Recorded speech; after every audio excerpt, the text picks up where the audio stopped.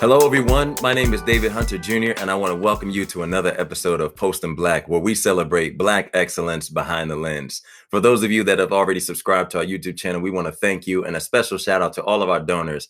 If you want to donate to Post in Black, please be sure to follow the link right there at the bottom of your screen, and you can head over to Anchor and click the link in the description as well. Today's episode is very special. We have Victoria Page with us, and she's going to be sharing so much information about her background and all the work that she's done over the years in post-production. Victoria, thank you for joining us today on Post in Black. Thank you. I appreciate being here. Oh, it is so awesome to have you. So awesome to have you. And as accustomed to Post in Black, we always like to start with a little of an icebreaker just to break the ice there. And considering the fact that you work in post and edit on TV shows and movies, what is one movie that you've watched that you wish you could go back and watch again for the first time? Wish I can go back and watch again for the Yeah, first like time. that feeling that you had when you saw it. You were like, man, this is the best movie I've ever seen. We've all had that. That's true. That's true. I got two. Okay. I got Okay, two. that's I'm fine. a big romantic comedy person, romantic dramas. I like romantics. If I would choose to do Love and Basketball, I'm not gonna lie. Love and Basketball, the classic Oh man. romance for me. I would every time. Like when that would first premiere, I would like to Yeah. be a part of that Oh, feeling. that's awesome. Um, yeah.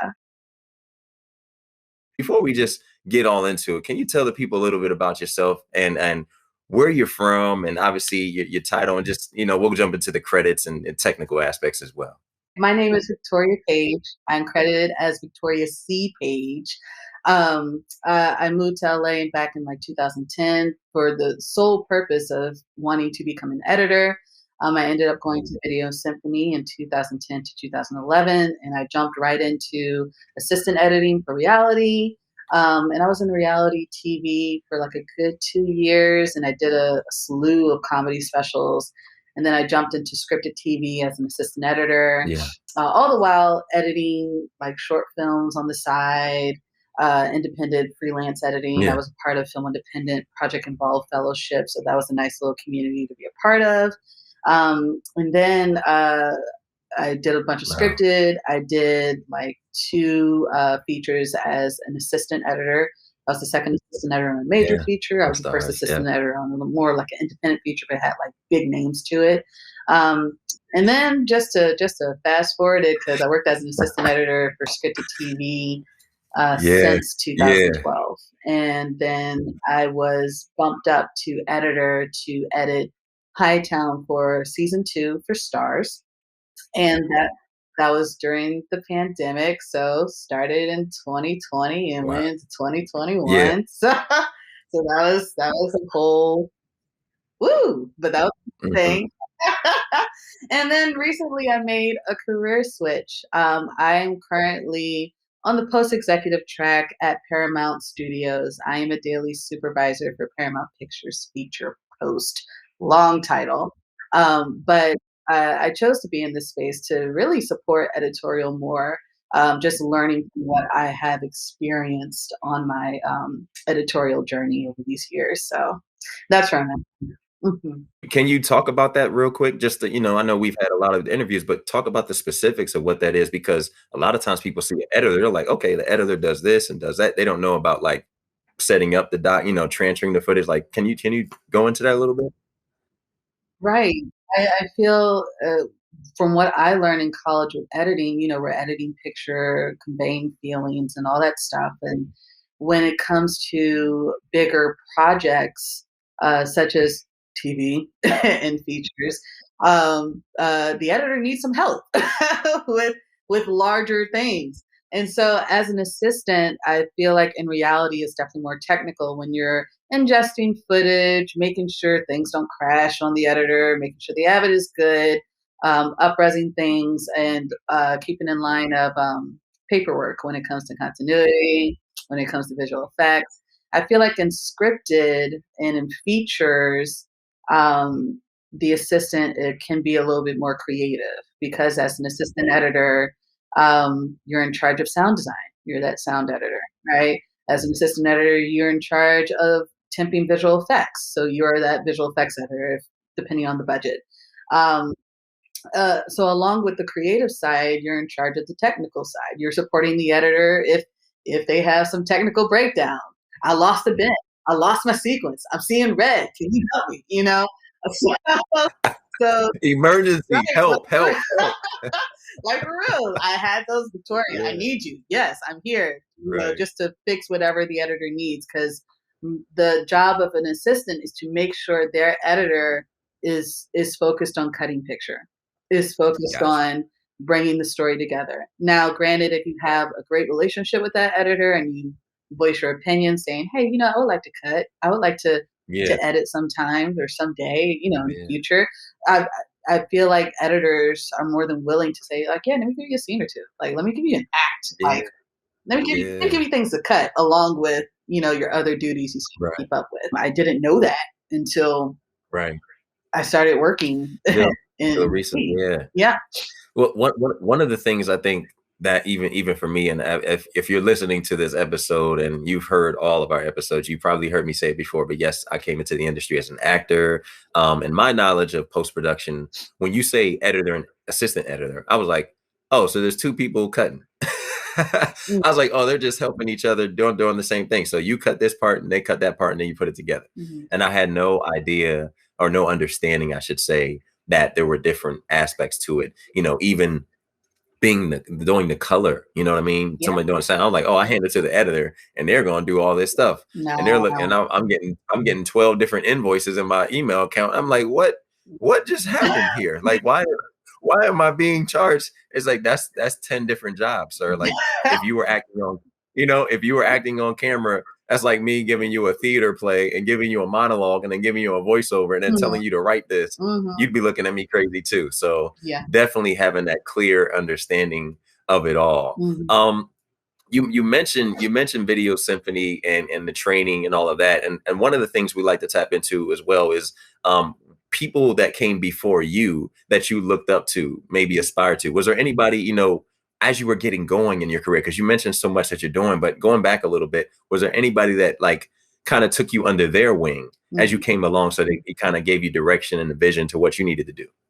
Back then, when I was at Video Symphony, I was really big into reaching out to female editors. I feel like back then I saw it was more of a boys' club, and I'm like, I'm a black woman trying to get into this. I need to, talk to some women.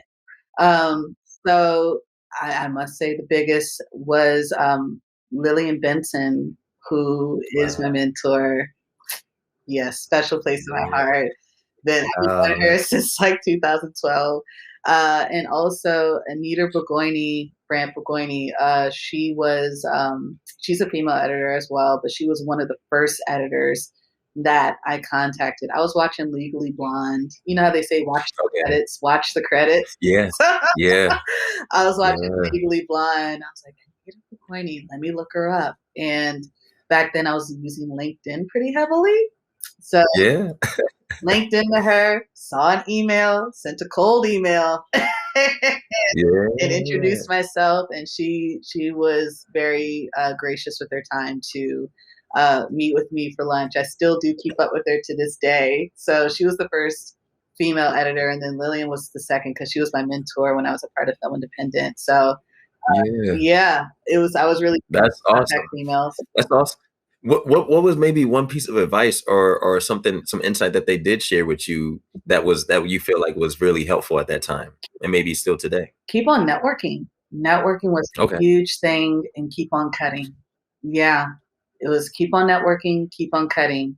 And also when it comes to networking, I felt like it was drilled in my head to not contact people just because you want something. Is contacting Mhm. people just genuinely, how are you? Mhm. How's your children? Oh, I'm working on this film and it's going well. You want to meet up for Yeah. coffee? You want to meet up for lunch? I feel like for me, I really shine when it comes to a one-on-one conversation. So I Right. really do try to get people to like, hey, you want to go to lunch? Want to go to coffee? Mhm. Let's meet up. We could just, Yeah. and I feel like in a one-on-one situation, you get to hear me be more genuine instead of telling you what I want. I can tell you these are my Right. goals, right? And Right. I can ask, Right. things about you, like what are your goals, like beyond of editing, or have you not reached what you dreamed of and all that stuff. But Yeah. yeah, it was really drilled into my head to network and to genuinely approach people, and not approach people when you want a job. Just approach Yeah. people just to build that relationship with them. That's a common thread that I love hearing, and something I feel like the post community and Black post production Mhm. people, as we say, I feel like the community there is a little bit more connected Oh yeah. on a relationship Oh base yeah. Yeah. than other, because there's not as many, Yes. and so it's a little bit more authentic and genuine. And I know we both live in Los Angeles. I love LA.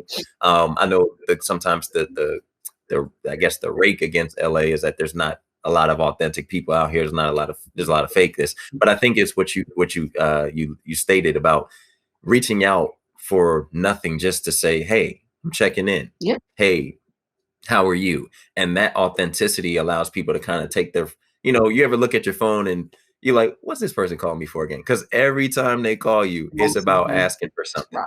It's not even a check-in. So I think that's Mhm. really big for you, Mhm. that you mentioned Yeah. that. Now going into, you talked about the, starting Video Symphony and going having the mentorship and Lillian Benson. My brother actually was able to interview her for like part of our first write-ups back in the day. What was it like when you got your first official editing gig? Can you talk us through that? Obviously you're networking your relation, but you're trying to get the job now. And now what's it like? Because you got it and now you got to deliver. What was it like? What's going through your head? A lot of stuff. I got the job. I must say I was pretty bold Okay. with with the job.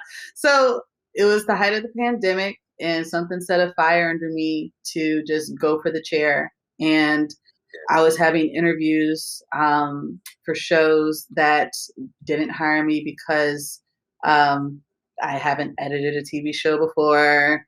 I didn't have, a big feature going to a festival or anything. And so one of my references was my showrunner and producer for Hightown, and she knew that I was going on these interviews. And she's like, give them my number, give them my email, because my editor left early in season one, and so I had to finish out our episodes. And I started to build more of a working rapport with Rebecca Cutter, who was my showrunner for Hightown. And so we were in the cutting room together, so we were not strangers. Yeah. Um, Yeah. so she's like, let me know how it goes with the interviews. And I came back to her and I said, unfortunately, it didn't go well. And then I just stated, I'm like, if an editor chooses not to come back to Hightown, I would like to be considered. And she's like, okay, I'll keep that in mind. And then a couple of months passed by. A Friday evening, I was cooking. She emails me and she's like, are you working? And I'm like, no. Technically, I was hired on another gig. No, no, I'm not. Yeah, yeah, yeah. Right, No, I'm right. not.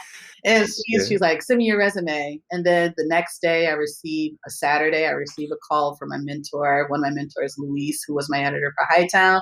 And he was like, so Rebecca is letting me know that she's considering you. I'm like, oh, shucks.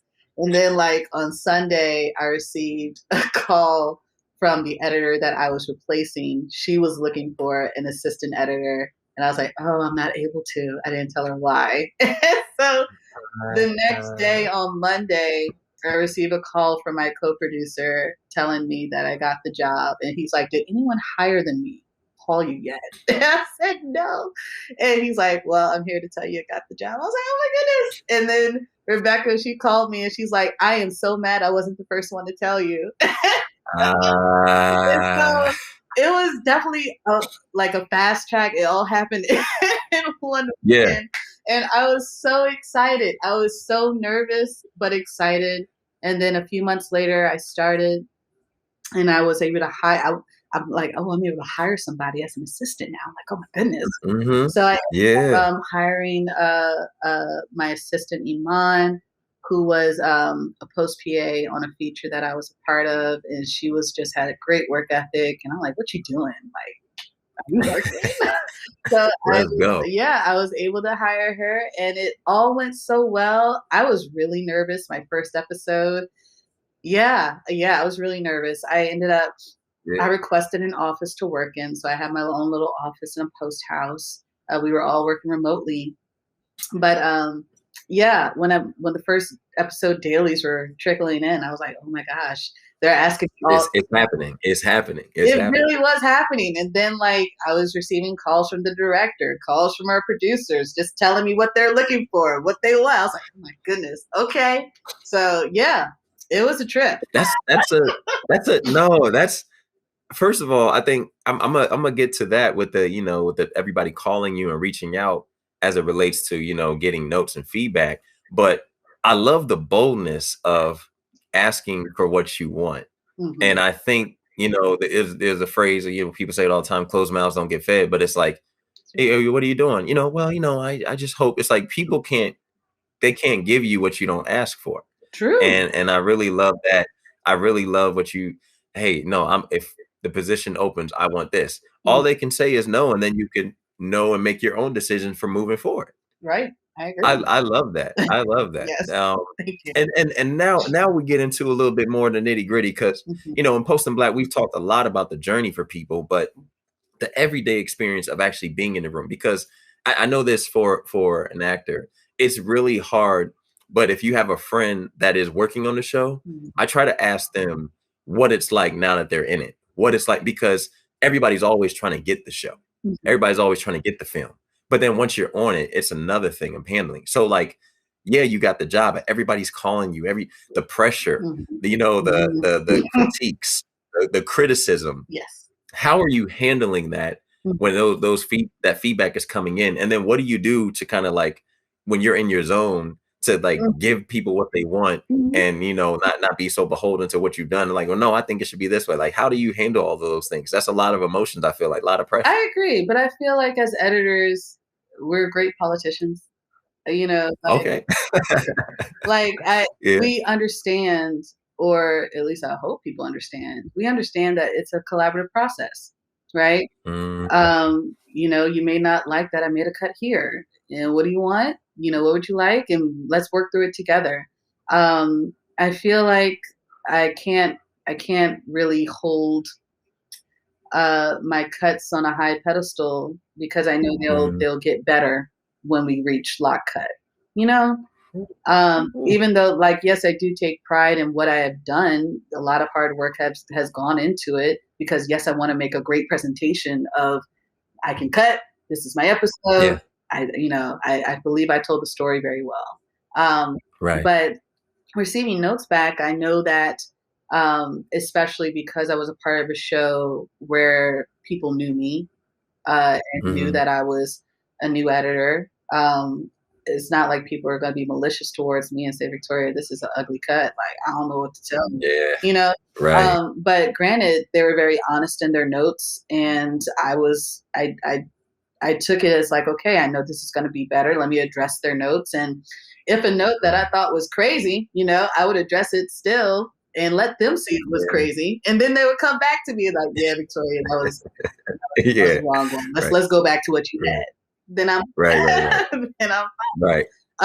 so yeah, I feel like with when it comes to criticism over my own cuts, I have to not be sensitive Okay. towards Yeah. No, no. that's no, that's so real, and I think it's something, it's tapping into the mind of an editor, of post supervisor, all of that, Mhm, because people do ask that again, and I feel like the rejection is part of the industry as a whole, mhm, but somebody asked me, it's like, how many auditions do you have? I was like, oh, I had this, and they're like, how many did you get? I was like, well, I got one. They were like, out of how many? mhm, I was like, yeah, but that one. But they're like, man, I couldn't have heard no that much. right. And I'm like, well, then maybe it's not for you. So you just understand, it comes with the territory. It doesn't mean it doesn't, Yeah. sting, but you know how to deal with it as you grow. Mhm. Um, one of the things we like to talk about too a little bit more is the technical side Yes. of the industry. What are you seeing now that obviously you're editing, but what programs are you editing in that you're finding that the industry is more scared to? Because you hear different Mhm. different uh I guess, different reactions, different Right, approaches. Well, I use this, or I use that. right. And for somebody that's really trying to get into editing now, Mm, they're like, well, what software do I spend my money that I don't have on mhm. to try to practice and learn? Yeah, that you don't have, I know, 'cause Yeah. things can be expensive. Yeah. Well, back then, because I'm not quite editing right now, but Right, right, right. back Exactly. then, I feel like technology is always changing, and so, Mhm. I feel like it is up to us to, keep keep keep learning with when new technology arrives with Adobe and Avid. But the thing I always tell, I just had a little talk with my alma mater, their senior Mhm. class. When I'm like, you have to know Avid. This still the industry Yeah, standard. Premiere is yeah. up. Adobe Premiere is on the come up. I'm a little like Premiere, but it's okay. Premiere is on the come up. Learn Right. Premiere, and it doesn't hurt to learn Resolve. Because Resolve, I feel like, is a very powerful software that Yeah. is mostly used for coloring, but I feel like it's going to be Right, right. I feel like it's going to be on the Yeah, come for cutting as well. But Avid yeah. is always issuing out a new version of this, a new version of that. But Right. I would Yeah, always say, yeah. like, start with a trial, and I feel like students can get, more of like a not a minuscule, like a not a died down version of Avid just to learn the Right. simple tools of it. But yeah, they should really learn more about Avid because it is the industry standard, and also Premiere because I feel like that is like second behind Yeah. Avid. And I feel both companies are always trying to improve ways to work smoothly and fast, and especially with being Right. remote when it comes to storage and stuff like that. It's really good to keep abreast on what's going on with them. No, I think that's great insight, great information. And but don't be shy to shout out your school. Come on now, shout them out. Where they I at? went to Xavier University of Cincinnati. People like to say New Orleans of Cincinnati. Okay, Let them know. Xavier Musketeers. The program is called Digital Innovation of Film and TV. And so our graduating seniors wanted to get some insight because a lot of them are interested in moving to LA. Yeah. And the group of seniors are not all aspiring editors, some are. And Okay. so it was great to talk with them and shed some light on these are the Yeah. things that I went through or how I approach things. And if they're looking to move to LA, this is what I have done. This is what I have learned, just to give them some insight. So it was Yeah. No, that's awesome. I love that. I love that. And that kind of ties into, going into this next segment. I want to talk about what you're doing now good. and how that kind of relates to everything that you're doing. Can Yeah. you talk about some of the responsibilities that you have under your new title and what that looks like for you in the years to come, hopefully? Yes, I am dabbling in a little bit of everything. So I am a daily supervisor for Paramount Pictures and Feature Post, which is a relatively new position for Paramount Pictures. There's a position like this at Fox Studios. So our post team has changed a little bit to where they hired new people such as me. And so with every feature that comes along our way, we have to set up Daly's workflow. So instead of there's a different executive over each film. So instead of different executives setting up dailies for each film, I would be that point person to set up dailies for every film that we have. So that includes learning the dailies workflow, communicating with our DPs, our editors, what our DP is shooting with, what he likes, what our editors want, what they're looking for.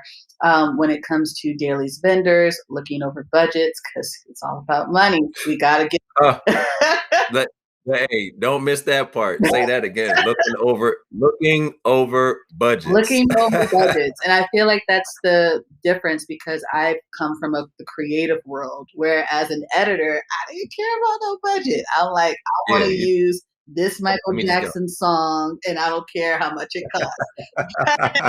But like as an executive, I gotta care how much it costs because within the budget. So yes, so I communicate with our dailies vendors, making sure our budgets are intact, that they're charging me what I need to be charged. And so while we're in production, is making sure that the workflow is going well, that we set a workflow, whether we're shooting on location, whether we're shooting in LA, that the dailies from set is getting to our vendors in a timely manner. Our vendors are processing our dailies fantastically, great, and then getting it to our editor in a timely manner because I need my editor to start cutting. So there's a Yeah. lot of moving parts when it comes to the crew. I'm in touch with the DP. I'm in touch with the DIT. I'm in touch with Hmm. the second. I'm in touch with the whole camera crew. Then You're touching go ahead. everything almost, and Mhm. you're like you're running the whole show. So I would just jump in real quick. Would you say the knowledge Mhm. from all these years, over 30 credits, Mhm. even more movies, all that, it's obviously helping you because those little Oh yeah. pieces Right. are now coming into play. You still having to use them now, Oh yeah? yeah. I feel like that's like one of the big reasons my boss even hired me over to Paramount is because he's like, Victoria, the fact that you know editorial and how this thing works is great. So he's like, this is good. This is good. So yes, it does. It does help. It does help greatly. And the fact that I do see familiar faces when it comes to editors and assistant editors working on our movies is not a bad thing either. That I already have a relationship Yeah, with them.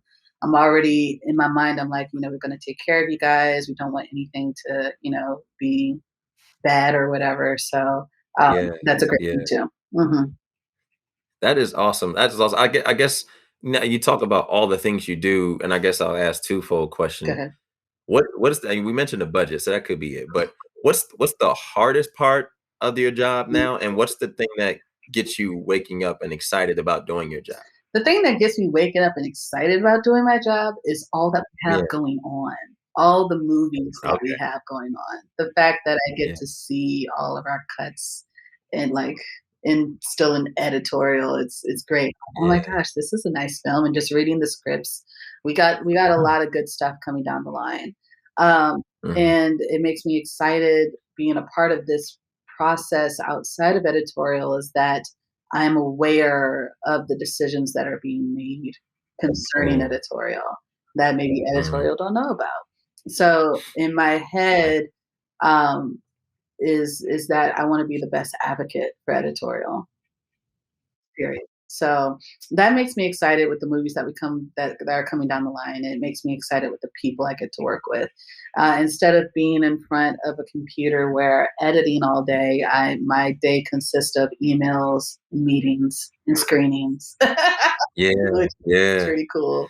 So Hey, that the screenings are bad, right? right, it's not, and so I enjoy that aspect of my job.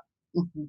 Gotcha, gotcha. I love that. I love that. And I guess just looking forward to the future, what are some things that you feel like can still change in the industry? Because Mhm. in your position, is there anybody of color? Are you one of the only ones? Are you one of the only women? You know what I mean? Do you still feel like there's some things that change? Like it's great that you're there, but what are you talked about being an advocate. What are you seeing? What areas are you seeing there's room still for growth? Room still for growth, diversity, especially in post when it comes to executives, post executives. I feel I am one of the only Black women that's on our post team, and I feel there's such a small group of us across the board when it comes to post executives in studios, and I feel that. And understanding that being on the studio side, it is about business. It is about money. It is, we enjoy the creative aspect, but we do worry about the business side and, how much can we make and things like that. Um, I just feel like there could be more growth in just being more supportive of editorial and um, uh, just just more growth in decisions being made that impacts the team. Yeah. Mm, Mhm. yeah. And I guess obviously, both you and I are black, obviously. But from the outside looking in, a lot of times people, why would diversity, why are they screaming for diversity? They're screaming for diversity in sports with coaches and executives and Mhm. this and that. And why is it such a big thing? Why do you feel like, especially in entertainment and Mhm. filmmaking and post, why is it such a big deal? Why do you feel there's such a need for it? Just if somebody were asking you, what would you say? I feel like it's such a big deal because, granted, this started off in my head as a boys' club, and we go for who we know, right? Right. Like if a black Right. guy knows a white guy who knows a white guy, it's just all white guys, right? Yeah. So Right. Right. it's like For we sure. have to be very intentional in bringing new perspectives into a crew, an editorial crew, when it Right. comes to a feature, when it comes to a TV show. And if it's a subject Right. matter that includes different cultures, and all you have is a bunch of other people in the room outside of black people, or like outside of Indian people, whatever that movie is about, I feel like you are missing out on having that certain perspective in the cutting room that can bring um, Yeah. a certain heart, a certain feeling to that Hmm. story. So I feel like that's why it's needed in the cutting room, and that's why I feel like a lot of people are being more intentional with that. And also, I feel like I feel like for the longest time, people have been naive in thinking that you don't need that that those people, like, you don't need black people in the cutting room, and thinking like, oh, I Yeah. can cut anything. I mean, black people can cut Right. anything, but it's like when it has to deal with certain stories, I feel like that's just needed in the cutting room. And when you set the intention to diversify, that's when it does really shine. It's true. It's Mhm, true. Well, you've dropped a lot of insight mhm, and wisdom, and I do hear what you're saying. No, it's true because yeah, I'm. It's like I'm supposed to be asking you the question, but I'm listening. I'm like tuned. In, I'm like, yeah, that's so good. Oh, wait a minute, next question. mhm, But mhm, it's there's so much there.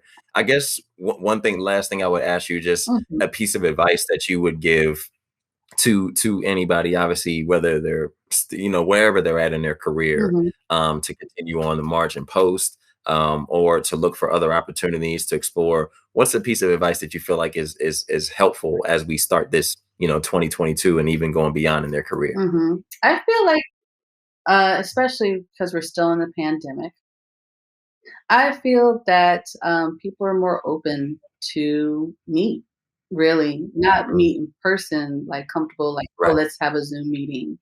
If it's possible to get to know that editor, that assistant.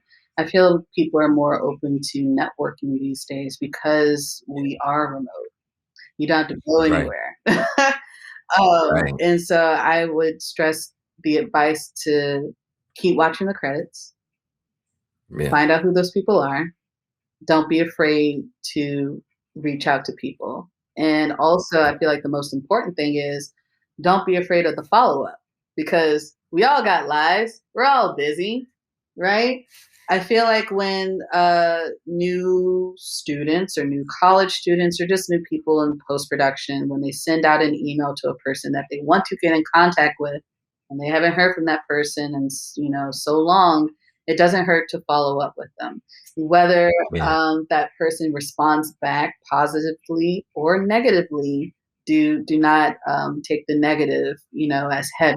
Yeah. Just know that the next person will be more open to talking with you, with shedding some insight, and eventually keeping you in mind for the next job that comes around. Um, Yeah. as you said, as an actor, you hold a lot of rejection. I feel like with networking, not everybody wants to talk to you, but some people will, and that's a great thing. And so, Right.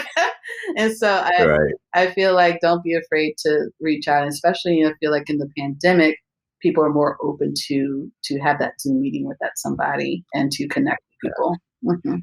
Gotcha, gotcha. No, you again, you dropped so much. Where can people follow you if they wanna stay in touch or keep in touch with you or stay, see what's going on with your work? They can follow me on Instagram. It's VPTORI 105, VP 105. Facebook is Victoria's C page. Yeah. So Don't forget to see y'all. don't forget to see. So it's there. But yeah, I can shed any insight when it comes to my editorial career, and any insight when it comes to my decision making on going on to the studio side as well. Like Victoria, I think you'll probably have a few people reaching out, and if not, they should. But we just want to thank you, and personally, I want to thank you for your time You're today welcome. and being with us on Post in Black. And we'll be sure to make sure that everyone knows what you're working on and what's coming up for Paramount and all Yeah. the exciting things that happen in there. Yes. For those of you, thank you for tuning in to another episode of Post in Black. We appreciate your time. Please make sure to follow us on all of our social media channels at Post in Black. Let's go to our YouTube channel, subscribe, and be sure to become a donor to Post in Black so that we can continue to give you great content. Until next time, we'll see you. Post in Black.